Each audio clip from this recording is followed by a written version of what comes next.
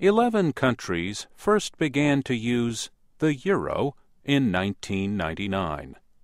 Today, 17 of the 27 members of the European Union are in the euro area. The euro's foreign exchange value has remained strong against the dollar and other currencies. But economic growth in the euro area was only 0.2% from April to June. Europe's biggest economy, Germany, grew at half that rate. Ireland, Portugal, and Greece have all required rescues. Greece received emergency loans twice. Debt and other problems in southern Europe remain a big concern. Last week, the European Central Bank bought more than $30 billion in Italian and Spanish debt securities.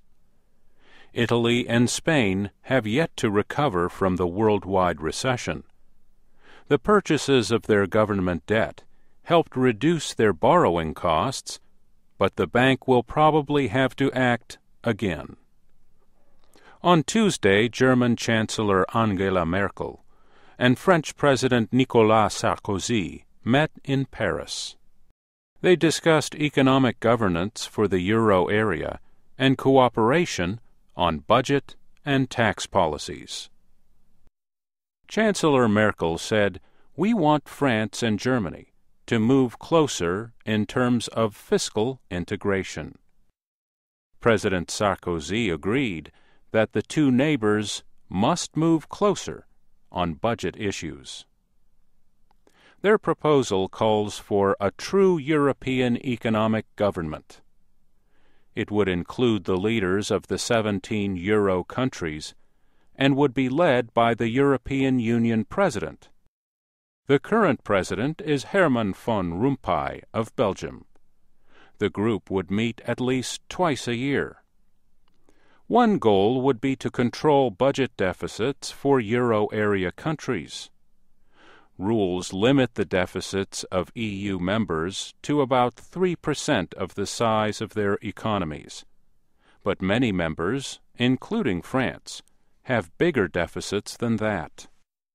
The two leaders also proposed a tax on financial dealings in Europe. But they did not support the idea of euro bonds. These would be loans guaranteed by all euro countries instead of only the governments seeking them. The European Commission says it supports the French and German proposals. The Commission proposes and enforces legislation for the EU. On Wednesday, EU spokesman Olivier Bailey said the calls for an economic government were a step in the right direction. We already mentioned the need to strengthen the economic part of the economic and monetary union. What is happening now since the beginning of the crisis and what has been announced yesterday as proposal by France and Germany go exactly in this direction. But many experts question whether European countries will be willing to surrender individual powers and deal with their debt problems together.